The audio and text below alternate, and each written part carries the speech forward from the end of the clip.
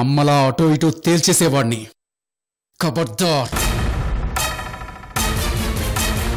లేదు, అలా జరగడానికి వీల్లేదు. జరగనివ్వను. ఈ అన్నా చెల్లెల్ని కలవనివ్వను. అది కదక్క, టాబ్లెట్స్ కోసం దేవులాడేటప్పుడు బట్టలు కింద మీద అయినాయి.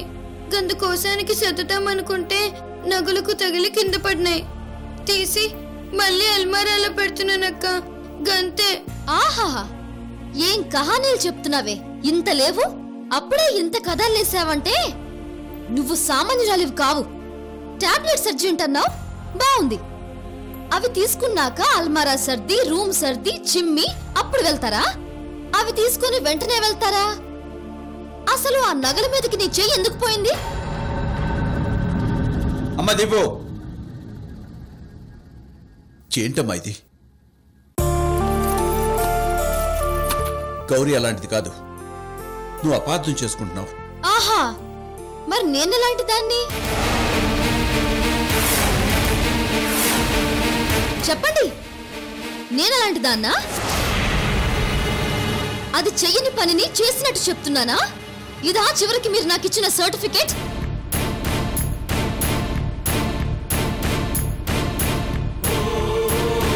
ఇదా నా మీద మీ నమ్మకం? ఇదా మీ ప్రేమ? దీపు, ప్రతిదానికి ఎందుకింత రాద్ధాంతం చేస్తున్నావు? గౌరీ అలాంటిది కాదు అన్నానే కాని నువ్వు తప్పు చేస్తున్నావు అన్నానా? అది తప్పు చేయనప్పుడు నేను తప్పు చేస్తున్నట్టే.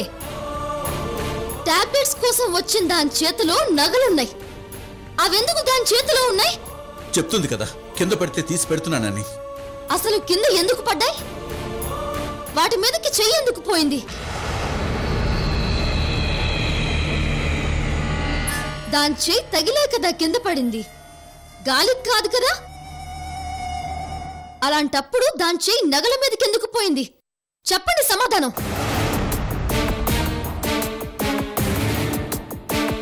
అక్క, టాబ్లెట్లు తీసుకెళ్తూ బట్టలు కింద మీద అయినాయి. సర్దిరా నేనే అన్నానక్క, నువ్వు ఊరికేనేమో గౌరీని అంటున్నావు. రాస్కిల్, నాకే ఎదురు సమాధానం చెప్తావరా? నన్నే బెదిరిస్తావా? నా ఇంట్లో పడి తింటూ నన్ను ఎదిరించి మాట్లాడతావా? నువ్వు దీపు, నీకు నిజంగానే పిచ్చెక్కింది. చేంటి చేస్తలు? అసలు ఏమైంది నీకు? ఎందుకు ఇలా బిహేవ్ చేస్తున్నావు? ఆఖరికి నీ కోపం ఈ పసిపిల్లల మీద చూపిస్తున్నావా? అంటే అంటే మీ అర్థం నాది అర్థం పర్థం లేని కక్ష కోపాలనే కదా? అంటే మొత్తం తప్పు నాదే, అదే కదా మీ ఉద్దేశం? దీపు, అది కాదమ్మా. వద్దు,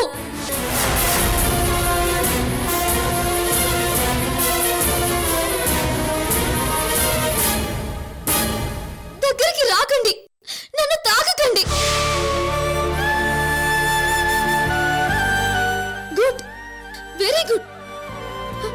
ఇన్ని సంవత్సరాలు రాని అపనమ్మకం, కోపం నా మీద ఇప్పుడు వస్తున్నాయి. అది మీ కూతురు ఈ అనాథ వెధవులు వచ్చాకే వస్తున్నాయి కదూ? అమ్మ దీపు, నో, నన్ను కన్విన్స్ చేయడానికి ప్రయత్నించొద్దు. నేను చూసిందంతా అబద్ధమని నమ్మించే ప్రయత్నం చెయ్యొద్దు.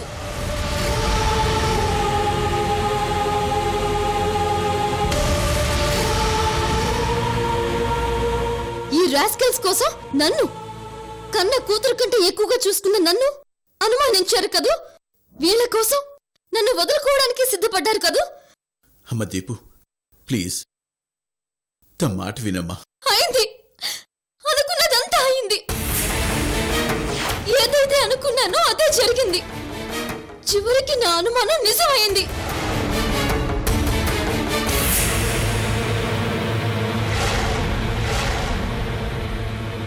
నేను, నా నమ్మకం, నా ప్రేమ ఓడిపోయాయి నీ వాళ్ళ ముందు. ఆఖరికి వీళ్ళ ముందు కూడా నేను పరాయిదాన్ని అయిపోయాను. జీవితంలో మొదటిసారి అనాథగా మిగిలిపోయాను.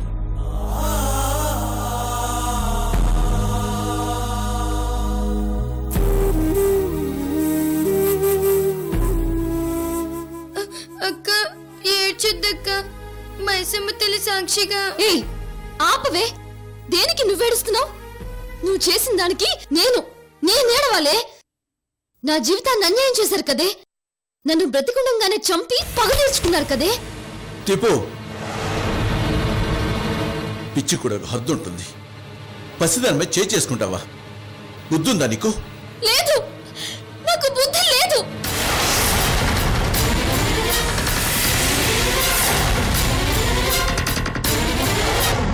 నాకు సంస్కారం లేదు. నా వాళ్ళు ఎవరూ లేరు.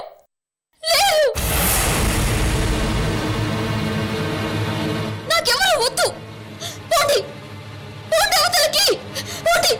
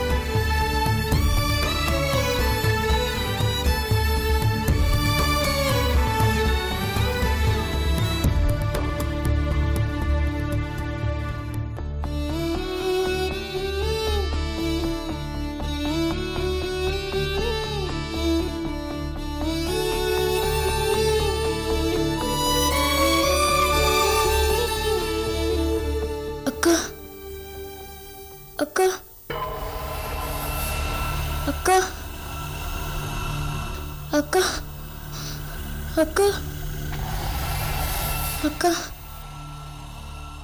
ఈయనే ఉన్నా తల్లి.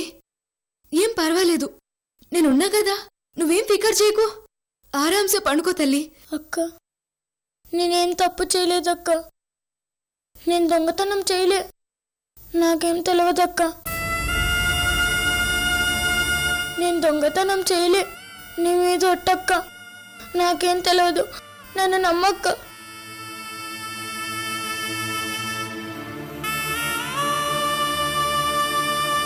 అక్క కొట్టద్దక్క. మేమేం తప్పు చేయలేదక్క. నిజమక్క. అక్క కొట్టద్దక్క.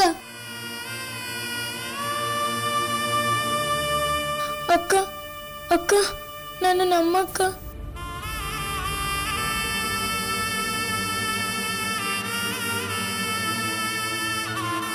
లేదురా, మీకేమిటికిరా భయం? మీ పానానికి నా పానం అడ్డేస్తా తల్లి.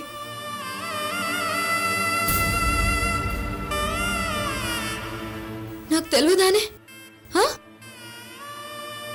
మీరు దొంగతనం చేసిండ్రు చేయలేదు నాకు తెలియదా? బోల్.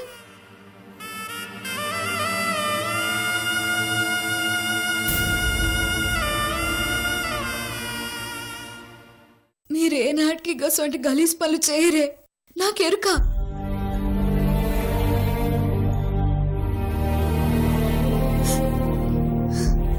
ఉన్నదో లేందో తిని మన బతుకు మనం బతికేటోళ్ళం.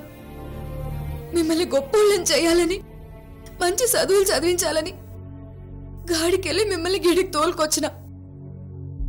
ఎందుకు వచ్చినా నాన్నకి ఇప్పుడు పరేషాన్ అవుతున్నా. నాన్న కోసానికి మిమ్మల్ని నరకంలోకి తెచ్చిన గదే. అనవసరంగా నా వల్ల మీరు ఇవాళ దెబ్బలు తిన్నారు. ఛ!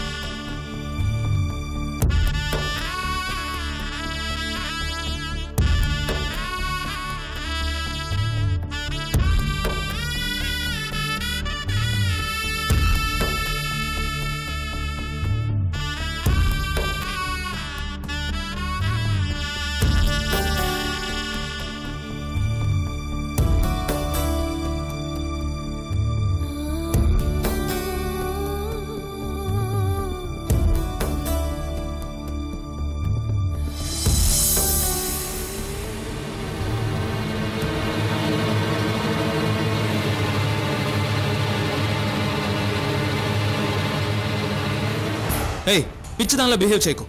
నీకు అసలు బుద్ధుందా? ఎందుకు ఆ అమ్మాయి మీద అలా విరుచుకుపడుతున్నావు? అను ఇంతవరకు చూడలేదు, మాట్లాడలేదు, తను చెప్పేది వినలేదు. ఎందుకు అలాంటి నెగిటివ్ ఫీలింగ్ డెవలప్ చేసుకున్నావు తన మీద? తను ఎంత మంచిదో. నాకు అనవసరం.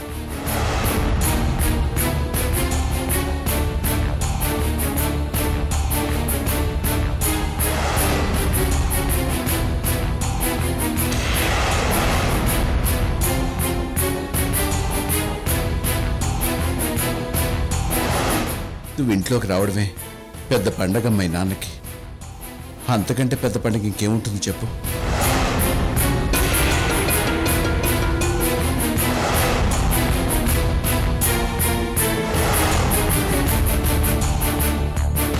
మీకోసానికి తెచ్చిన గివి మీకు. లేదు, ఈ అను ఉన్ననాళ్ళు నా బతుక్కి మనశ్శాంతి లేదు, నా బ్రతుకులో మార్పు లేదు.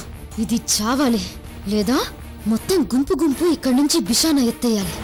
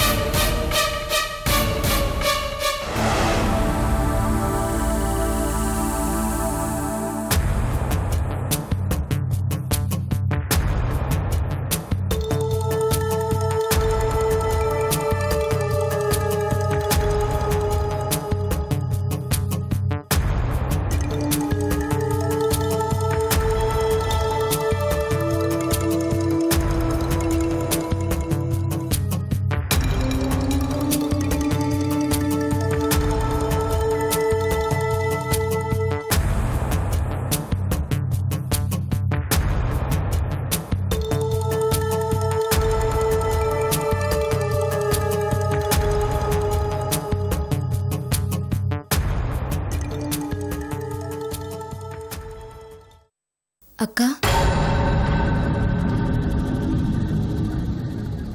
నాన్న నన్ను తీసుకుపోనీకి మా ఊరొచ్చిండు.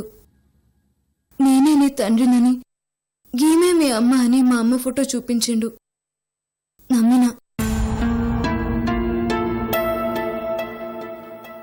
కానీ చివరి దంక ఒక్కసారి కూడా ఆయన ఇంట్లో పిలవలే, అన్నం పెట్టలే, మంచినీళ్లు కూడా ఇయ్యలే.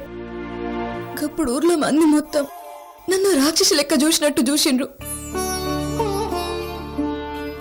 కానీ నాకు తెలుసు నేను ఎటువంటి దాన్నో. ఇప్పుడు నువ్వు అంతే. మీ ఇంటికి నేను వచ్చిన అందరూ గిది నాది అంటుండ్రు. నేనుగా పెద్దయిన ప్రేమను చూసి వచ్చినా గాని దానికున్న ఆస్తి చూసి మాత్రం రాలేదక్క. నీ బాధ నాకు సమజైందక్క. అవు, గిన్నాళ్ళు మా నాయన అనుకున్నోని ఎవరు వచ్చి మా నాయన అని తోలుకపోతే నాకు నీ లెక్క సుర్రుమంటది, ఒప్పుకుంటా. కానీ వారం రోజుల్లో నాన్న ప్రేమ ఎసంటిదో అర్థమైనాక నేనైనా ప్రేమకి బానిసనైనానక్క. ఆ క్షణం సంది ఇప్పటిదాకా గాయన్ని అనుమానించలే, అవమానించలే. నన్ను గాయన రమ్మంటేనే వచ్చిన, తినమంటేనే తిన్నా, బట్టలు కొనుక్కొచ్చుకోమంటేనే కొనుక్కొచ్చుకున్నా. ఏం చెప్తే గదే చేసిన. ఎందుకో ఎరికెనా గాయన నా కాడ ఏమీ ఆశించలే, గింత ప్రేమ తప్ప. ఇప్పుడు నేను అంతే అక్క. నీ కాడ నేనేం ఆశించా. నీ ఆస్తి వద్దు, నీ ఇల్లు వద్దు, బట్టలు, కార్లు, బంగ్లాలు ఏమీ వద్దు. నీ మనసులో జరంత చోటి చాలు.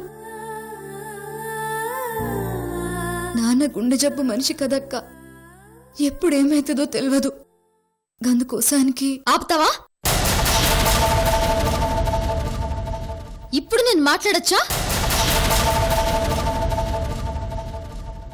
ఇప్పుడు నువ్వు చెప్పిందంతా ఎవరైనా వింటే ఏమనుకుంటారో తెలుసా? కేవలం ఆస్తి కోసం నిన్ను ఇంట్లోంచి పంపడానికి చూస్తున్నానేమో అనుకుంటారు. ఈ ఆస్తి ఎక్కడ నాకు కాకుండా పోతుందో అని భయపడి నీతో గొడవ పడుతున్నాను అనుకుంటారు. కేవలం నిన్ను తరిమేయడానికే వీళ్ళని కొట్టాను అనుకుంటారు. నా ఆస్తి నువ్వు వచ్చి లాక్కోవడం అనే కాన్సెప్ట్ లేనే లేదు. ఆ పని నీకన్నా ముందే మీ అన్న వీరు పూర్తి చేశాడు.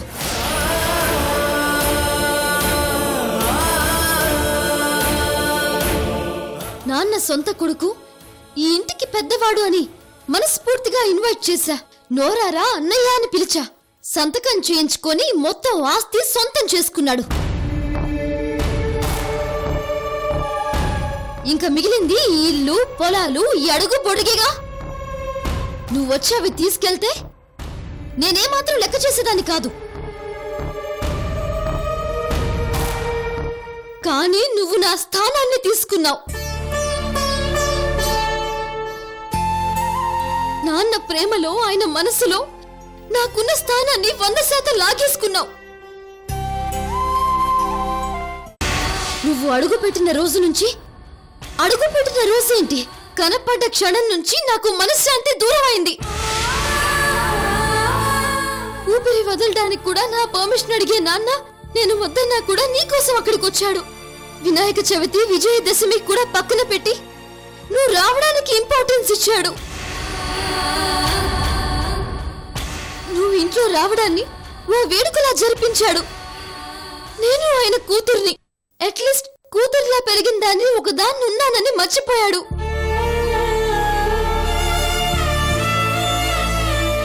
నువ్వు వచ్చేదాకా అన్నం ముట్టడు, నువ్వు పడుకుంటే గాని నిద్రపోడు, నువ్వు ఇస్తే గాని టాబ్లెట్స్ వేసుకోడు. ఏంటిదంతా? ఎందుకు భరించాలి నేను?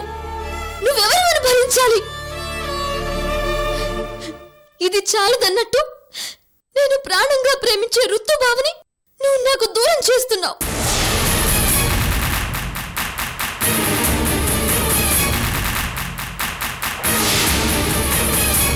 నన్ను పెళ్లి చేసుకుంటానని అందరి ముందు చెప్పిన మనిషిని నీ చుట్టూ కుక్కలా తిప్పుకుంటున్నావు.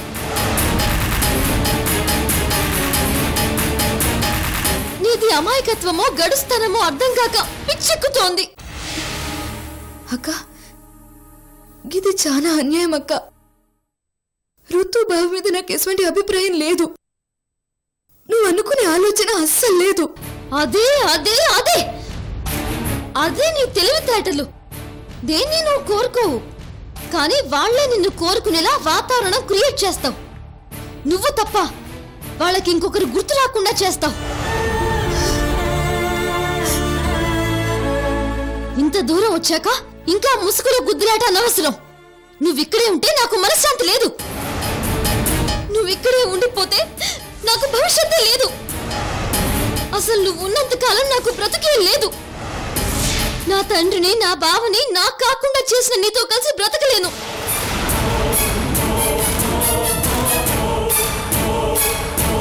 ఈ ఇంట్లో నువ్వన్నా ఉండాలి, నేనన్నా ఉండాలి. అంతే తప్ప ఇద్దరం కలిసి ఉండడం జరగదు జరగదు జరగదు జరగదు జరగనివ్వను.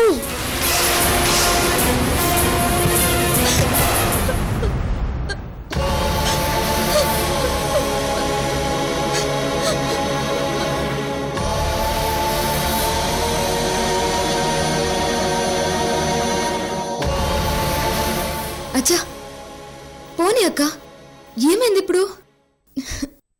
నాకు ఇటువంటి ఏం లెక్క కాదు, నేనే పోతా.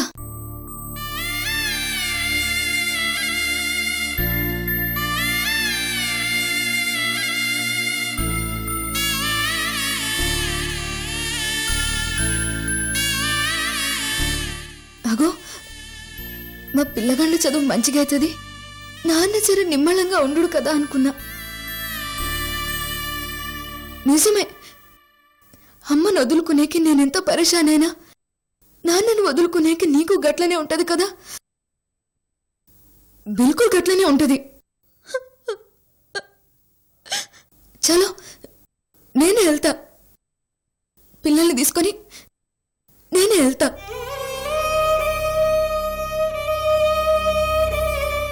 నువ్వు బేఫికర్ ఉండక్క.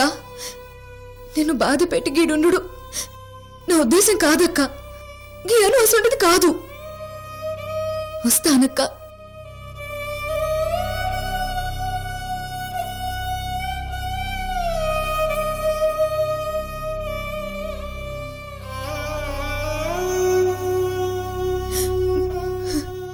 నాన్న జాగ్రత్త.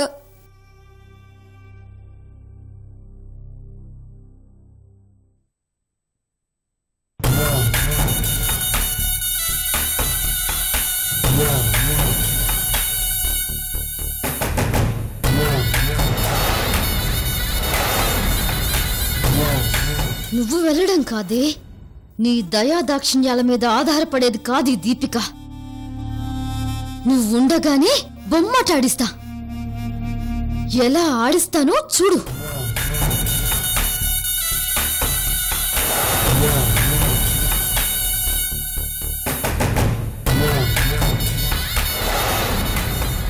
నాకు నీ మీద ప్రేమ లేదు.